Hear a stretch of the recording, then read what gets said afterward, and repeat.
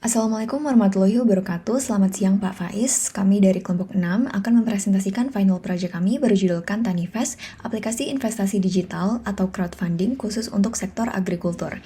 Ini merupakan demo aplikasinya yang dimana pertama pengguna baru harus melakukan registrasi. Datanya akan tersimpan di sistem autentikasi dan tabel profiles di Supabase. Setelah sukses, kita bisa langsung login menggunakan akun tersebut. Setelah login, pengguna masuk ke home screen.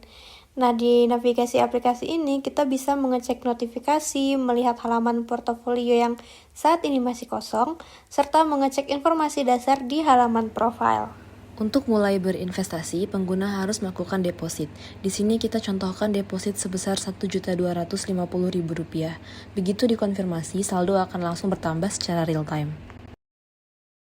Aplikasi ini juga dilengkapi fitur jelajah dengan kolom pencarian responsif untuk mencari proyek.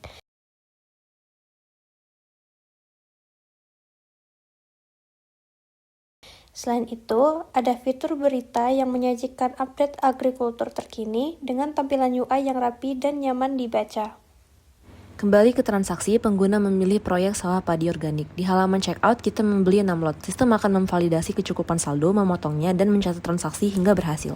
Setelah sukses, data otomatis masuk ke portofolio. Terdapat grafik donat distribusi aset yang interaktif. Data ini selalu disinkronisasi ke database lokal, jadi tetap aman diakses meskipun sedang offline. Terakhir, pengguna bisa melakukan logout dari halaman profil, sesi akan dibersihkan dan aplikasi akan kembali ke layar awal halaman login. Sekian untuk demo aplikasi dari kami.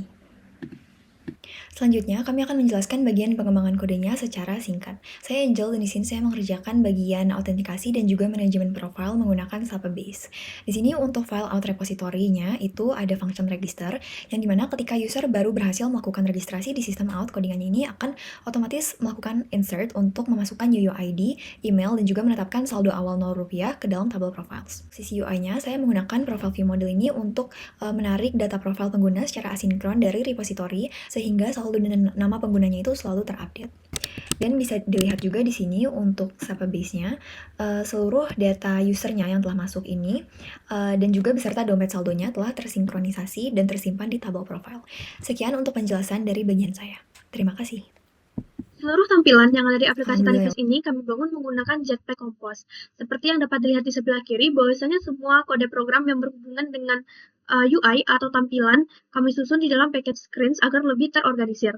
Nah, untuk menghubungkan semua kode program yang telah disusun di dalam package screens ini, maka kami menggunakan file yang bernama Tanifest Navgraph yang memanfaatkan Navos Controller dari library Jetpack Navigation Compose. Apabila sebuah screen membutuhkan data dari screen yang sebelumnya, di sini contohnya seperti project ID, maka data tersebut akan dikirimkan melalui root argument yang dapat dilihat contohnya seperti pada baris ke-96. Nah, agar pengelolaan root lebih rapi, maka kami menyusun seluruh root yang ada dalam aplikasi ini di sebuah kelas yang bernama screen. Terdapat komponen Tanifest button navbar yang menangani navigasi utama agar 3 halaman pokok di sini dapat dilihat di file button navbar, yaitu home, portofolio, dan akun. Selanjutnya yaitu proses checkout dan transaksi investasi pada aplikasi Tanifest. Pertama, pada checkout screen, pengguna memilih jumlah lot yang ingin dibeli dan sistem menghitung total biaya secara otomatis. Ketika tombol bayar ditekan, aplikasi memanggil fungsi confirm payment pada checkout view model. Di view model, sistem melakukan validasi ketersediaan lot dan memastikan saldo pengguna mencukupi. Jika valid, aplikasi akan menjalankan 4 proses utama. Yang pertama yaitu menyimpan riwayat transaksi ke tabel transaksi menggunakan insert transaction.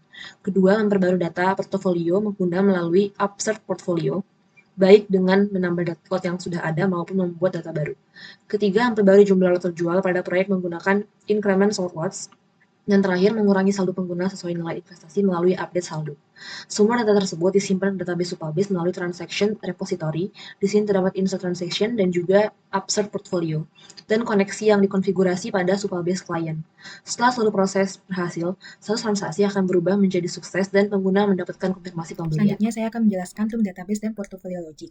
Yang pertama, room database berisi portfolio entity sebagai tabel lokal, portfolio DIO untuk query, mengambil, menyimpan, dan menghapus data portfolio, serta app database sebagai kelas utama. Lalu database provider, di sini untuk memastikan hanya ada satu instan database di seluruh aplikasi menggunakan pattern synchronize, sehingga aman dari race condition.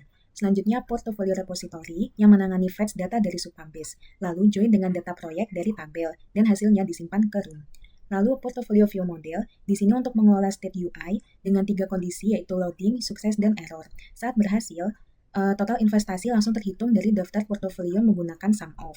Yang terakhir yaitu portfolio screen yang menampilkan summary card, donut chart, distribusi aset antara saldo aktif dan total investasi, serta daftar kartu per proyek lengkap dengan detail IoT, ROI, dan tenor.